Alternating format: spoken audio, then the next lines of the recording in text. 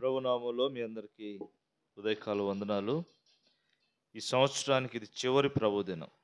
2024వ సంవత్సరానికి ఇది చివరి ప్రభుదినం. చివరి ప్రభుదినంలో మనం అందరము సజీవులంగా చేర్చబడి ప్రభువును ఆరాధించుట కొరకై దేవుడు మనలను సమకూరుస్తూ వచ్చినాడు. అందుకొరకే మనం ప్రభువుని ఎంతగానో స్తుతిస్తూ ఉన్నాం. ఎంతగానో ప్రభువుని ఆరాధించవలసిన బాధ్యత కూడా మన మీద ఉంటూ వచ్చింది. చూడండి, ఆరాధన కొరకే ఉదయకాలము దేవుని యొక్క వాక్యములో నుంచి కొరింథీయులకు రాసినటువంటి పత్రిక, అపోస్తలుడైన పౌలు కొరింథీయులకు రాసిన 2వ పత్రిక 5వ అధ్యాయము 17వ వచనాన్ని మనం చదువుతాం. కొరింథీయులకు రాసిన 2వ పత్రిక 5వ అధ్యాయము 17వ వచనం. కొరింథీయులకు రాసిన 2వ పత్రిక 5వ అధ్యాయము 17వ వచనాన్ని మనం ఈ దినం ఆరాధన కొరకై మనం చదువుకొని మరి అలాగున ధ్యానించే వారంగా ఉంటాం.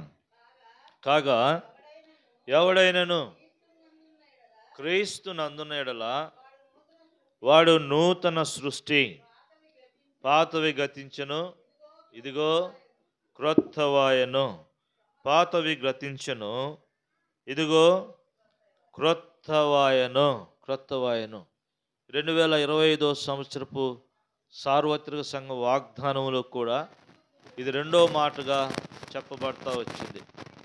ఇది రెండో మాట ఏంటిదంటే, ఇదిగో సమస్తమును పాతవి గతించెను, సమస్తమును క్రొత్తవాయెను, సమస్తమును క్రొత్తవాయెను. ఈ ఉదయకాలం మన జీవితంలో మరి ఏటిని దేవుడు నూతనమైనవిగా చేశాడో చూసి అలాగున ప్రభువును స్తుతించి ప్రభువుని ఆరాధించే వారంగా ఉంటాం. అలాగున ప్రభువును స్తుతించే వారంగా ఉంటాం. ఎవడైనను క్రీస్తు నందున్న ఎడల వాడు నూతన సృష్టి. క్రీస్తుని ఎరిగిన వాడు నూతనమైన సృష్టి. నూతనము అంటే క్రొత్తది, నూతనం అంటే క్రొత్తదిగా మనకు కనపడతా ఉంది. క్రీస్తు నందున్న ఎడల వాడు నూతన సృష్టి. చూడండి, దేవుని యొక్క వాక్యములో మనం చూసినప్పుడు 2వ సమూయేలు గ్రంథములో 23వ అధ్యాయము, సమూయేలు 2వ గ్రంథం 23వ అధ్యాయము 1 నుంచి 4 వచనాలు మనం చదువుకుంటాం. దావీదు రచించిన చివరి మాటలు ఇవే. యెషయా కుమారుడగు దావీదు పలికిన దేవోక్తి ఇదే. యాకోబు దేవుని చేత అభిషక్తుడై మహాధిపత్యము నొందినవాడును, ఇశ్రాయేలీల స్తోత్ర గీతములను మధుర గానము చేసిన గాయకుడనగు దావీదు పలికిన దేవోక్తి ఇదే. దేవోక్తి ఇదే. చదువుతాం ఇంకా. యెహోవా ఆత్మ నా ద్వారా పలుకుచున్నాడు, ఆయన వాక్కు నా నోట ఉన్నది. ఇశ్రాయేలీల దేవుడు సెలవిచ్చు ఉన్నాడు.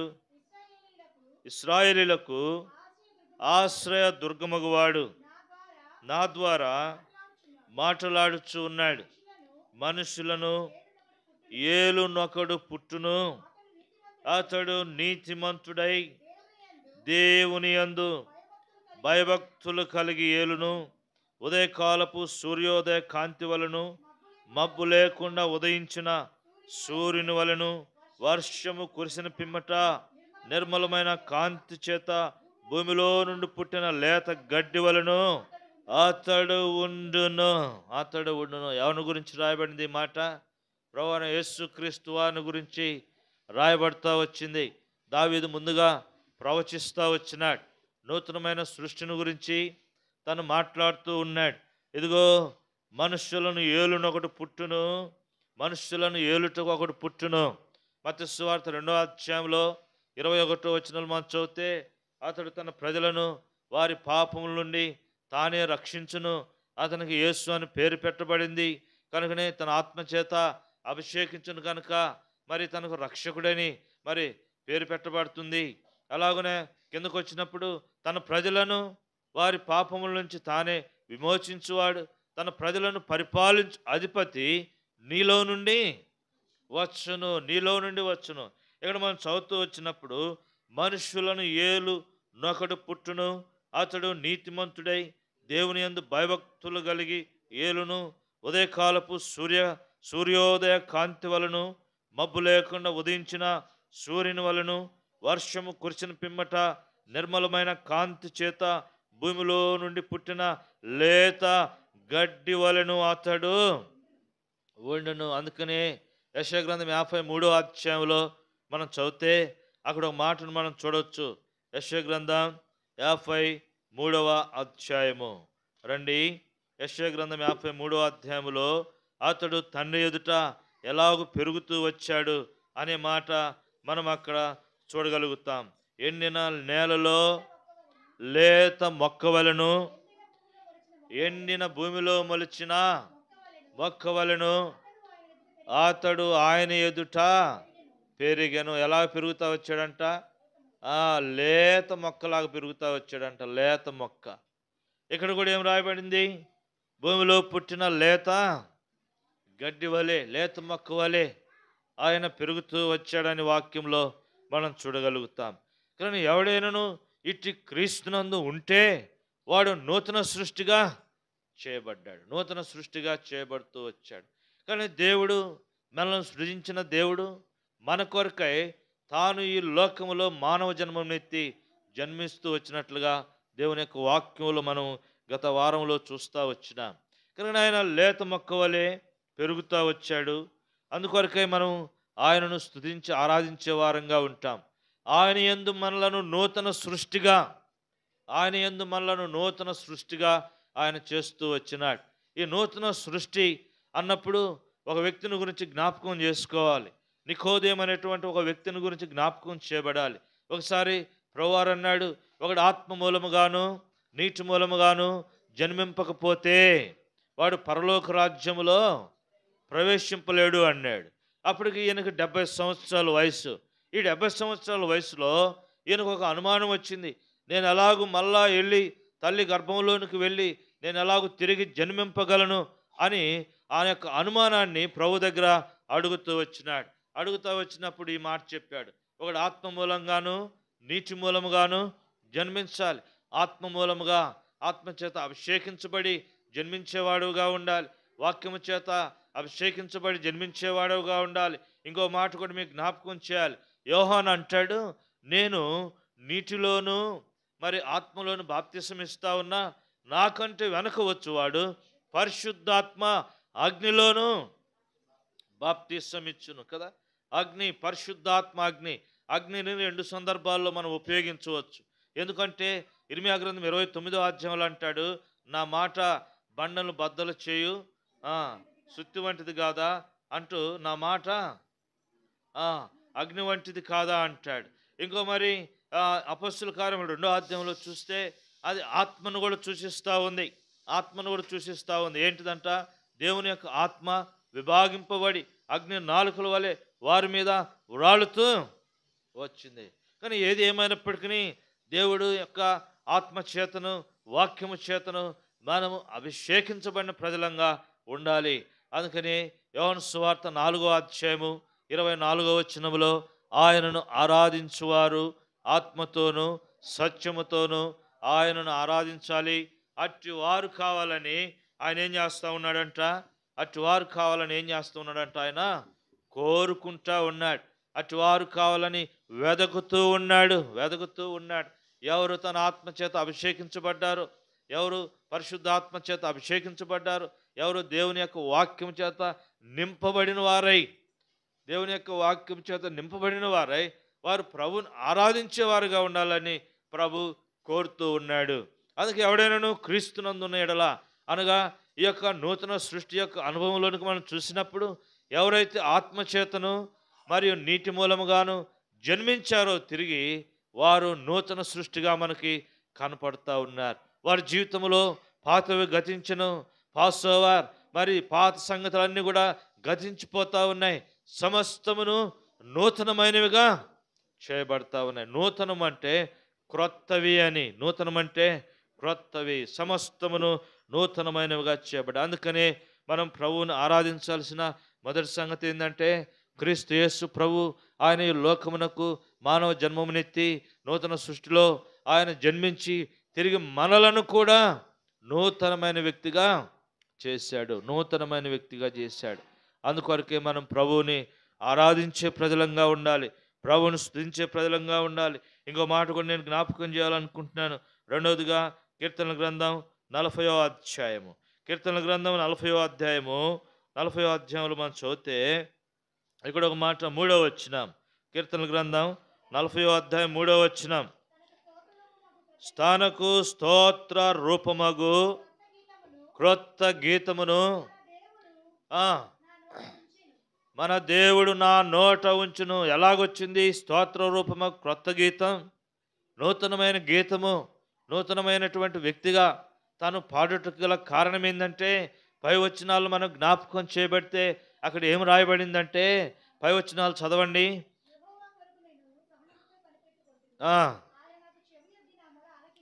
ఎదుగో జిగట కలిగిన దొంగ ఊబిలో నుండి ఆయన నన్ను పైకెత్తును, నా పాదములను బండ మీద నిలిపాడు. జిగట గల దొంగ ఊబి, నాశనకరమైన గుంట, నాశనకరమైన గుంటలో నుండి, జిగట గల దొంగ ఊబిలో నుండి నా పాదములను పైకెత్తి ఆయన నా పాదములను బండ మీద నిల్చోబెట్టాడు. ఏంటిది బండ? ఏంది బండ అంటే, కొరింథీయులకు పౌలు అపోస్తలుడు రాస్తాడు, ఈ బండ ప్రభువైన క్రీస్తువారే. ఆయన పాదములను క్రీస్తు అనే బండ మీద నిల్చోబెట్టాడు. తన నోట ఒక క్రొత్త ఆరాధనా గీతాన్ని, స్తుతి గీతాన్ని ప్రభు తన నోట ఉంచుతూ వచ్చాడు. అందుకనే ఉదయకాలము మనం ప్రభువును ఆరాధించాల్సిన రెండో సందర్భం ఏంటంటే, ఈ జిగటగల ఊబిలో నుండి, జిగటగల ఏ ఊబి అంటే ఇది దొంగ ఊబి, జిగటగలిగిన దొంగ ఊబి. ఇంకా ఏమంటాడు? నాశనకరమైన గుంట, నాశనకరమైన గుంట. ఇది పాపమును చూపిస్తూ ఉంది, మరణాన్ని చూపిస్తూ ఉంది. ఊబిలో పడిన వాడు ఎవడు కూడా అంత తేలికగా బయటకి రాలేడు. ఏం చేయబడుతుందంటే, కింద పాదములకి ఆధారము ఉండదు, ఆధారం ఉండదు. కాళ్ళు కదిలిచ్చే కొద్దీ ఆ ఊబి మనుషులను లోపలికి లాగివేస్తూ ఉంది. అలాగ లోపలికి లాగి చివరికి అది ప్రాణముతోనే మృంగివేసేదిగా మృంగివేసేదిగా ఉంటుంది. అందుకని పౌలు అపోస్తలుడు ఒక మాట సాతానుని గురించి జ్ఞాపకం చేశాడు, మృంగివేయటాన్ని గురించి. ఇదిగో అది వెలుగుదూత వేషం వేసుకుంది, అది ఎవరిని మృంగుదనా అని వెదకుచు తిరుగులాడుతూ ఉంది. అది వెదకుచు తిరుగులాడుతూ ఉందంట. ఇంకో మాట కూడా కీర్తనాకారుడు అంటాడు. మరి ఆహార సందర్భంలో ఒక మాట ఏమంటాడంటే చూడండి, 14వ అధ్యాయము 4వ వచనం, కీర్తనల గ్రంథం 14వ అధ్యాయం 4వ వచనం, యెహోవాకు ప్రార్థన చేయక ఆహారము మృంగునట్లు నా ప్రజలను మృంగుచు పాపము చేయవారు అందరికీ తెలివిలేదా? పాపము చేయవారు బహుగా ఏం మింగుతున్నారంట? పాపముని మింగుతా ఉన్నారు. ఆహారము మింగినట్లుగా పాపమును మృంగుతా ఉన్నారు. కనుక జిగట కలిగిన ఈ ఊపి, ఈ నాశనకరమైన గుంట ప్రాణముతోనే మనలను మృంగివేస్తూ ఉంది. కారణం ఏంటంటే, మన పాదముల కింద ఏమి లేదంట? ఆధారము లేదు, బండ లేదు, క్రీస్తు అనేటువంటి బండ లేదు. మన పాదముల కింద గట్టితనాన్ని నిలవటానికి మరియు నిల్చొని ఉండటానికి ఆధారం అనేది ఏది కూడా లేనిదిగా ఉంటా ఉంది. ఆ కారణమును బట్టే కీర్తనాకారుడు అంటాడు, ఈ జిగట కలిగిన ఈ ఊబి, దీనిలో పడ్డ నేను ఏం చేయబడాలంట? పాపం వలన వచ్చు జీతము మరణం. పాపం వలన వచ్చు జీతం మరణం. ఏనాడు మరణించాల్సిన వాడిని, కానీ నన్ను ఏం చేసావంటే, ప్రభువా నీ కృపను బట్టి నన్ను పైకి లేవనెత్తావు. పైకి లేవనెత్తి ఎక్కడ నిల్చోబెట్టాడంట? క్రీస్తులో నిల్చోబెట్టాడు. క్రీస్తులో స్థిరుడుగా చేశాడు.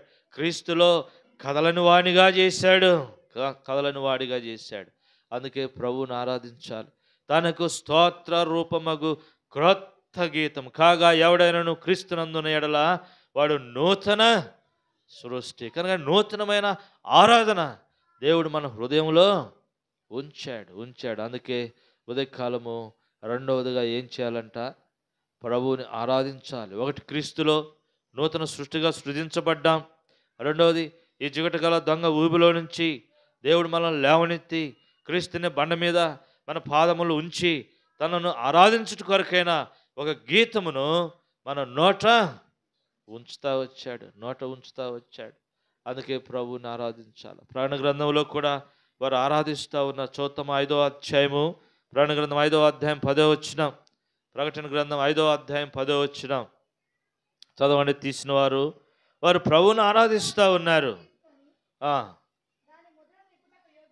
దాని ముద్రలను విప్పుటకు యోగ్యుడవు, నీవు వధింపబడిన వాడవై నీ రక్తమిచ్చి ప్రతి వంశములోను ఆయా భాషలు మాట్లాడి వారిలోను ప్రతి ప్రజలోను ప్రతి జనములోను దేవుని కొరకు మనుషులను కొని మా దేవునికి వారిని ఒక రాజ్యముగాను యాజకులను గాను చేసితివి కనుక వారు భూలోకమందు ఏలుదరని క్రొత్త పాట పాడుదురు. ఏం పాట పాడుతున్నారు? క్రొత్త పాట. పాడిందే పాట కాదు, క్రొత్త పాట కదా. నా నోటను క్రొత్త పాట నా యేసుడు ఉంచెను. ఏం పాడుతున్నారో తెలుసా? ప్రభువా, ఆయా భాషల్లో నుంచి మాట్లాడు వారిలో నుంచి ఆయా జన్మలలో నుంచి నీ స్వంత రక్తం ఇచ్చి మమ్మలను కొని అయినా నీవు ఒక రాజ్యముగాను యాజకులను గాను మమ్మలను చేశావు. నీ కొరకైన యాజకులుగా, నీ కొరకైన రాజులంగా, దేవుని సొత్తు అనేటువంటి ప్రజలనుగా పేతురు అపోస్తలుడు రాస్తాడు కదా. ఆశ్చర్యకరమైన వెలుగులోనికి తీసుకుని వచ్చాడంట. చీకటిలో నుంచి ఆశ్చర్యకరమైన వెలుగులోనికి తీసుకుని వచ్చి వారిని ఏం చేశాడు? దేవునికి ఒక సొత్తైనటువంటి ప్రజలనుగా చేశాడు. చదవండి అన్నమాట. పేతురు రాసినటువంటి పత్రికలో ఈ మాట మనం చూద్దాం.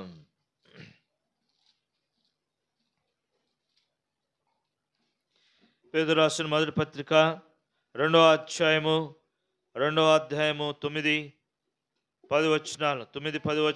అయితే మీరు చీకటిలో నుండి ఆశ్చర్యకరమైన తన వెలుగులోనికి మిమ్మల్ని పిలిచిన వాని గుణాతిశయములను ప్రచురము చేయు నిమిత్తము ఏర్పరచబడిన వంశము, రాజులైన యాజక సమూహము, పరిశుద్ధ జనము, దేవుని సొత్తైన ప్రజలునై ఉన్నారు. దేవుని సొత్తైన ప్రజలుగా చేశావు. ఇది కొత్త పాట కదా. వారు పాడుతూ ఉన్నారు.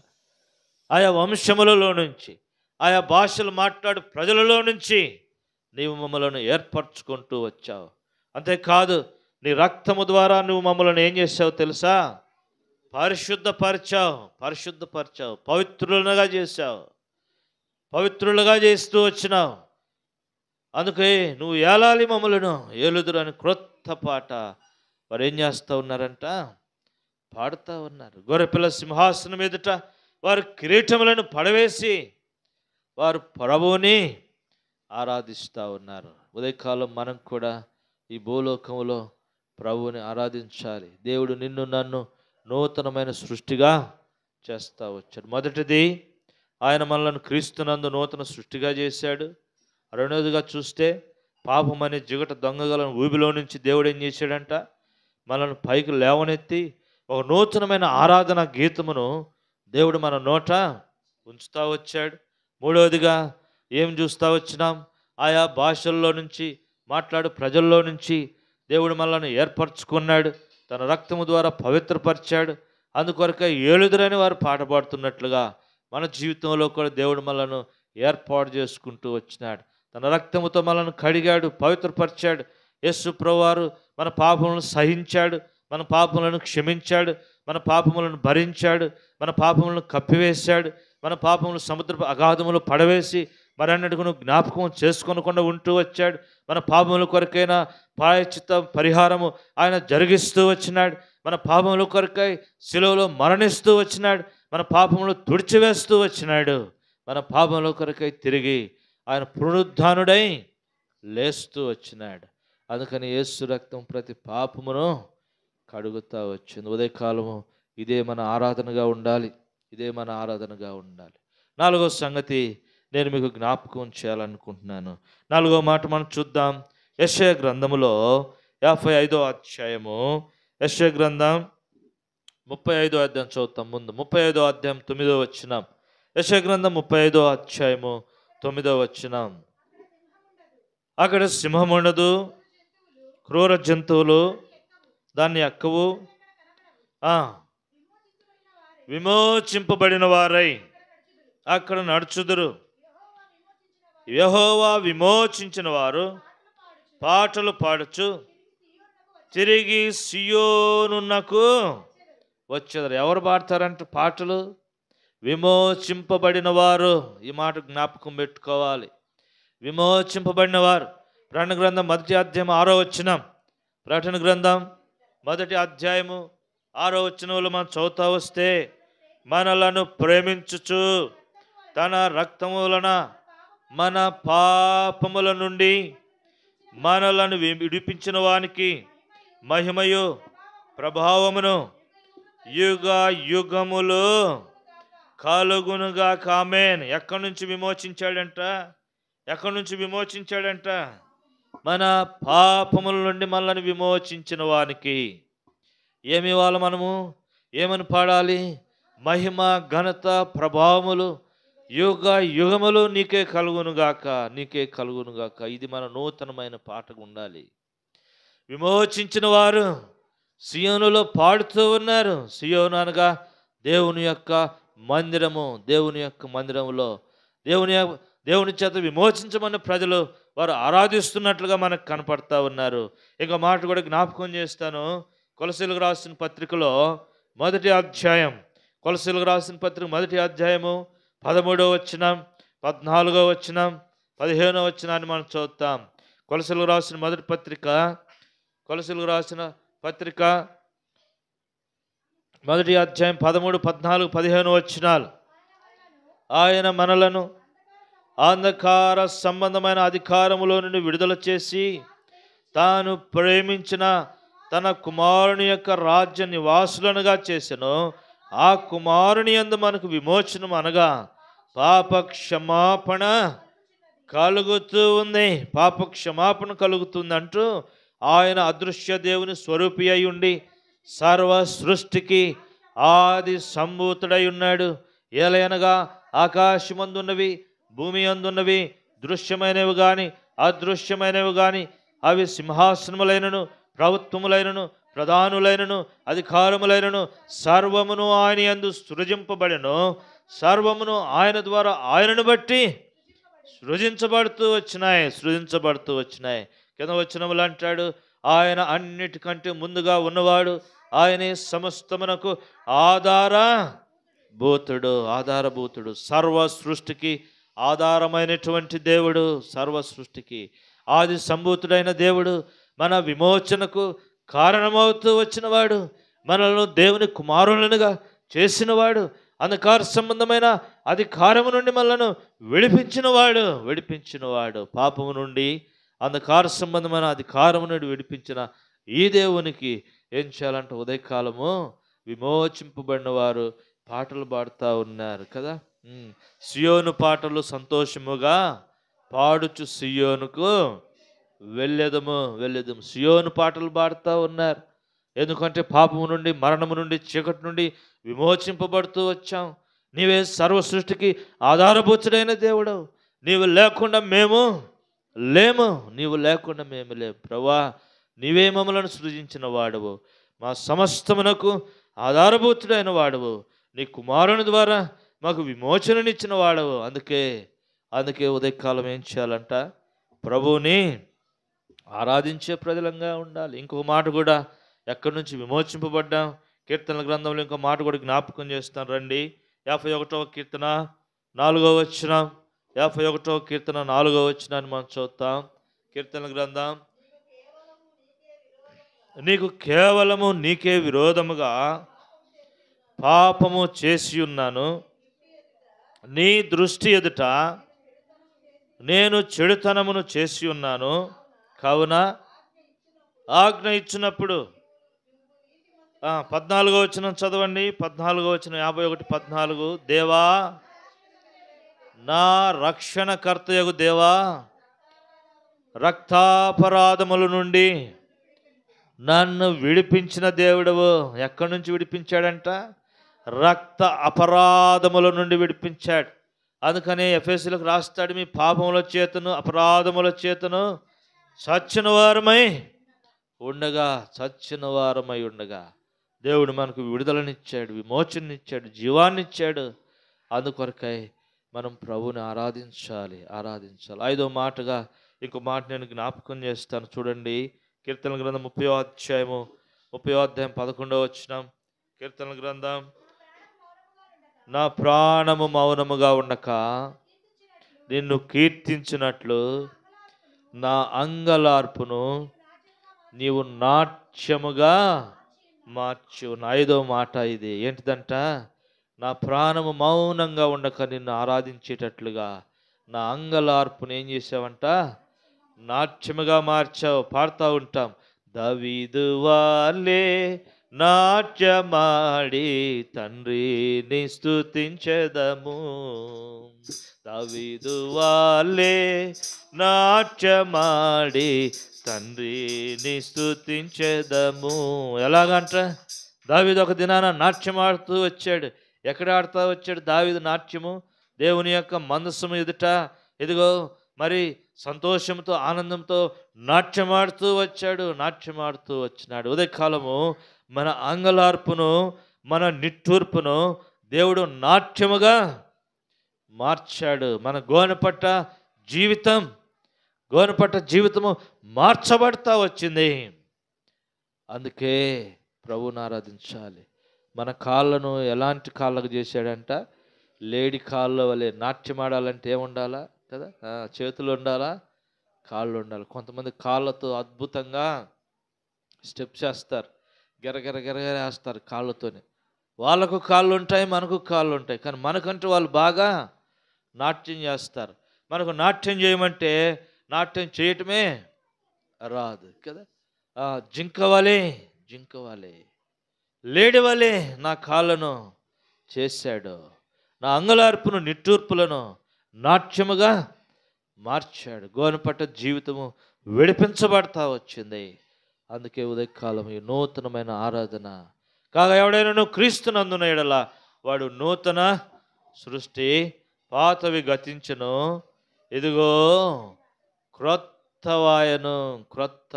ఎవరి జీవితంలో ఇట్టి అనుభవం కూడా వెళ్తున్నారో వారు ప్రభువుని ఆరాధించేవారిగా ఉంటారు. ఇంకో మాట చెప్తాను, ఇంకొకటి రెండు మాటలు జ్ఞాపకం చేసుకొని ప్రభువుని ఆరాధిస్తాం. రండి, ఇంకో మాట జ్ఞాపకం చేసుకుందాము.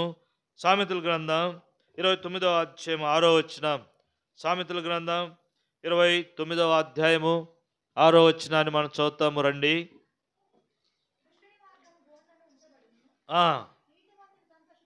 నీతిమంతుడు సంతోషగానము.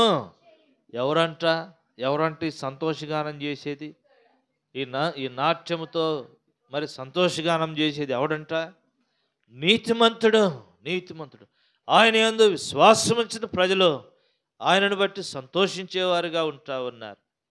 ఆయన యందు విశ్వాసం ఉంచిన ప్రజలు నీతిమంతులు సంతోషగానమును చేయుదురు. కీర్తనల గ్రంథంలో కూడా 132వ కీర్తన 9వ వచనం, 132వ కీర్తన 9వ వచనంలో చదివితే అక్కడ కూడా ఒక మాట మనకు జ్ఞాపకం చేయబడతా ఉంది. యాజకులు నీతిని వస్త్రము వలె ధరించుకుందురుగాక, నీ భక్తులు ఉత్సాహగానము చేదురుగాక. ఎవరంట? ఆయన భక్తులైన మనము, ఆయన యాజకులమైన మనము ఏం చేయాలంట? ఉత్సాహగానము చేయాలి. ఉత్సాహగానం మనకు బలమై ఉన్న దేవునికి. కీర్తన గ్రంథంలో పాటల పుస్తకం మీద, మన సహవాసంలో ఉన్న పాటల పుస్తకం మీద రాయబడిద్ది. 81వ అధ్యాయం 1వ వచనంలో కీర్తన గ్రంథంలో ఈ మాట రాయబడింది. చూడండి, మనకు బలమై ఉన్న దేవునికి ఆనందగానము చేయుడి. ఆనందముతో ఆరాధించాలి, ఆనందముతో కదా. ప్రభునారా కొంతమంది ఆరాధన చేయండి అంటే దుఃఖముఖులై ఉంటారు. వారు వెళ్ళారు నూతన సృష్టిగా చేయబడిన దాన్ని చూడడానికి. దేవాతి దేవుడు పరమును విడిచిపెట్టి లోకమునకు మరి మానవ జన్మములో దిగి వచ్చినప్పుడు, ఒక చిన్న బాబుగా పుట్టినప్పుడు, శిశువుగా పుట్టినప్పుడు వారు వెళ్ళారు. ఎవరు వెళ్ళారంట? గొల్లలు వెళ్ళారు, జ్ఞానులు వెళ్ళారు. వారు అత్యానంద భరితులై అనే మాట పేతురపోస్తులు చెప్తాడు. చెప్పన సఖ్యమును మహిమాయుక్తమైన సంతోషం. నీ జీవితంలో ప్రభువును బట్టి అనుభవం కలిగి ఉంటే నువ్వు ప్రభువుని ఆరాధించేవాడుగా ఉంటావు. కానీ ఎవడైనా క్రీస్తునందున ఎడలా వాడు నూతన సృష్టి. ఇంకొక మాట 71వ కీర్తనలో చివరిగా 7వ మాటగా 71వ కీర్తనలో మనం చదివితే 6వ వచనం, 71వ కీర్తన 6వ వచనం, గర్భవాసి అయినది మొదలుకొని నీవే నాకు ప్రాపకుడవై ఉంటివి. తల్లి గర్భము నుండి నన్ను ఉద్భవింపజేసిన వాడవు నీవే. నిన్ను గూర్చి నేను నిత్యము స్తుతిగానము చేయుదును. స్తుతిగానము చేయుదును. 8వ వచనంలో అంటాడు, నీ కీర్తితోను నీ ప్రభావ వర్ణనతోను దినమంతా నా నోరు నిండి ఉన్నది. దినమంతా నా నోరు నిండి ఉన్నది. నాకు రూపునిచ్చిన వాడవు కదా. స్తుతిగానం, స్తుతిగానమే చేసేదా. స్తుతిగానం, ఇందాకేమో ఆనందగానం, బలమైన గానం, స్తుతిగానం, రక్షణ గానం, ఆరాధనా గానం. ఎన్ని గానాలు ఉన్నాయో, ఎన్ని పాటలు ఉన్నాయో కదా. ఇవన్నీ దేవుడు ఎవరి నోటైతే ఉంచారో వారేం చేయాలో వాటితో ప్రభువుని ఆరాధించాలి, ప్రభువుని ఆరాధించాలి, ప్రభువుని స్తుతించాలి. చెరువుగా మాట 32వ కీర్తనలో చూద్దాం రండి. 32వ దావీదు కీర్తనలో చివరి మాటగా మరొక జ్ఞాపకం చేసుకుని ఆరాధనలోకి వెళ్దాం. 32:11 వచ్చిన 32:11 వచ్చిన, నీతిమంతులారా యెహోవాను బట్టి సంతోషించుడి, ఉల్లసించుడి. యథార్థ హృదయులారా మీరందరూ ఆనందగానం. ఎవరు చేస్తారంటే ఇందాక ఆనందగానం అని చెప్పే, ఎవరు చేస్తారంటే ఆనందగానం? యథార్థవంతులు. నీతిమంతులేమో ఇందాక సంతోషగానం, యథార్థవంతులు ఆనందగానం.